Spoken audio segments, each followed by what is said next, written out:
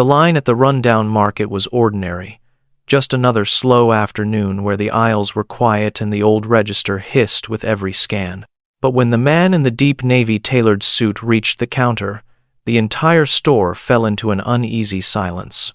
His sleek black card was swiped once, then again, and then the screen flashed a message no one expected.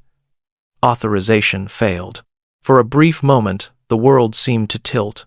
The cashier's eyes widened in disbelief. Whispers erupted like sparks, and Maddie Torres threw her head back in shrill, merciless laughter. The man's gray-blue eyes flickered with confusion, his jaw clenched tight, and beside him, a little girl in dirt-smudged clothes tugged at his hand, looking up with wide, worried eyes.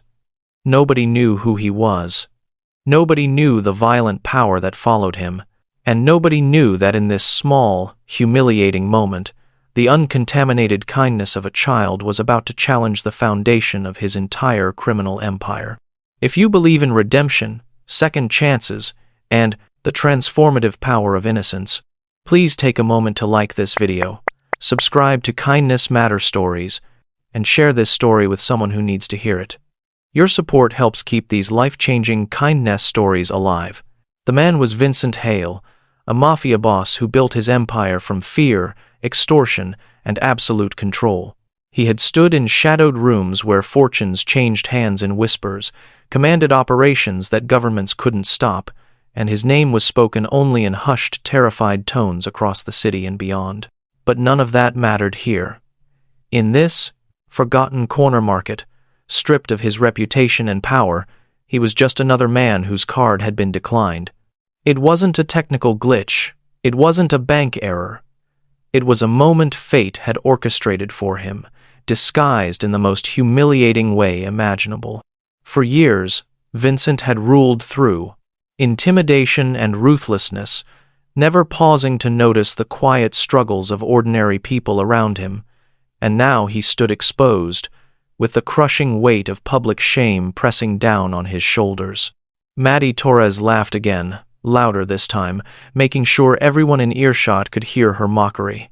People in line leaned forward to witness the spectacle, some pointing, some snickering, relishing the rare sight of someone important being brought low. Harold Rowan, an elderly bystander in the back, stood frozen in shock, his weathered face a mix of confusion and unease. The girl at Vincent's side, no more than 7 years old, with a simple ponytail and a worn oversized purple shirt, looked from the declined payment screen to the jeering crowd behind her. She didn't see a dangerous criminal. She saw a man crumbling under the weight of shame. And then, as if moved by something far greater than fear or judgment, she did the unthinkable. With tiny, trembling hands, she reached into her pocket and pulled out a handful of coins and a few crumpled bills.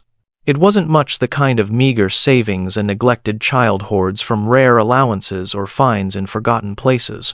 Slowly, with quiet determination, she stretched out her small hand toward the register. The store grew silent again, but this time for a completely different reason. Whispers stopped mid-sentence.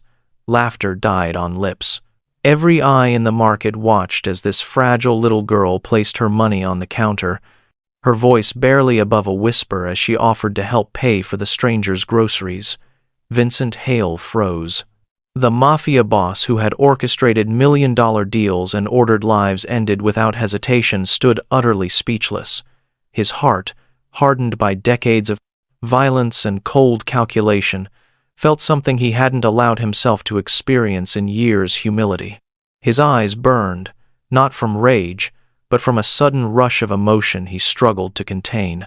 This child, with nothing to her name, had given him everything: dignity, compassion, and a shattering reminder of what true power actually meant. The market, once filled with cruel mockery, transformed in an instant. The laughter that had targeted him turned into murmurs of shame.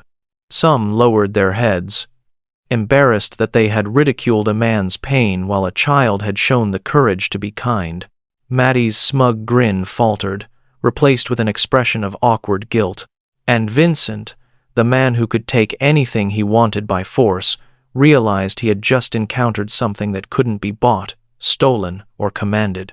As the meager groceries were finally processed, Vincent bent down to the little girl's level, his usually commanding voice breaking as he struggled to thank her. She didn't understand who he was, didn't know the criminal empire his name controlled, didn't care about his hidden wealth. To her, he was simply a man in need, and kindness demanded action. She smiled softly, completely unaware that in this single moment of pure compassion, she had just shattered the foundation of everything he believed about power. When they left the store, Vincent didn't return to his waiting security detail or the blacked-out SUV parked a block away. Instead, he walked the little girl home, suddenly desperate to understand the world she came from. Her house was tiny, with peeling paint on the weathered walls and a sagging front porch. Inside, the evidence of struggle was everywhere. Second-hand furniture, bare cupboards, a mother working multiple jobs just to keep the lights on.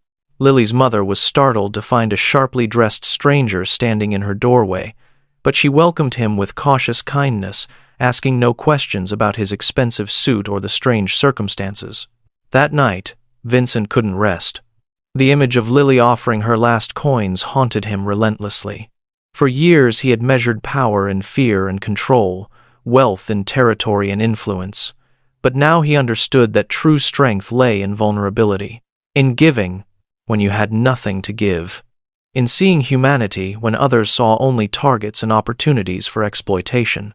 The next morning, he made a decision that would change everything. Weeks later, whispers began to spread across the city's forgotten neighborhoods. Vincent Hale, the Mafia Boss known for his merciless enforcement and iron grip on power, had quietly begun redirecting his vast criminal infrastructure towards something no one could have predicted. Grocery bills were being paid anonymously in struggling communities. Homes were being repaired overnight by crews who vanished before dawn. Scholarships appeared for children who never dared to dream of escape. But more than the secret acts of generosity, something fundamental had shifted in Vincent himself. The man who once ruled through fear now walked among those he used to ignore, seeing their faces, learning their names, understanding their quiet dignity. The little girl's handful of coins had accomplished what law enforcement never could. It had cracked open his heart and shown him a different kind of legacy.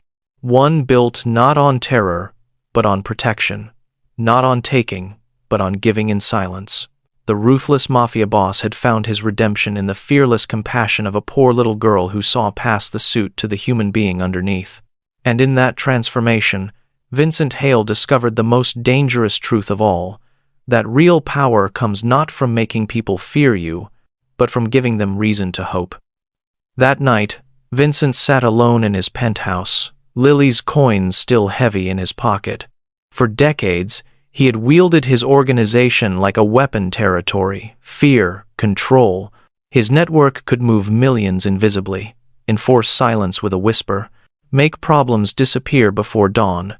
That same terrible efficiency could protect instead of destroy. The orders went out before sunrise. No names, no credit. Groceries appeared on doorsteps, rent checks materialized, medical bills vanished. His enforcers became anonymous guardians, watching over neighborhoods they once exploited. Vincent Hale remained the feared mafia boss in the shadows, but now his empire served a different master, the memory of a little girl who taught him that true power lies not in taking, but in giving without asking for anything in return. Be part of the change you want to see. Subscribe to Kindness Matters and help us fill the world with stories that restore faith in humanity.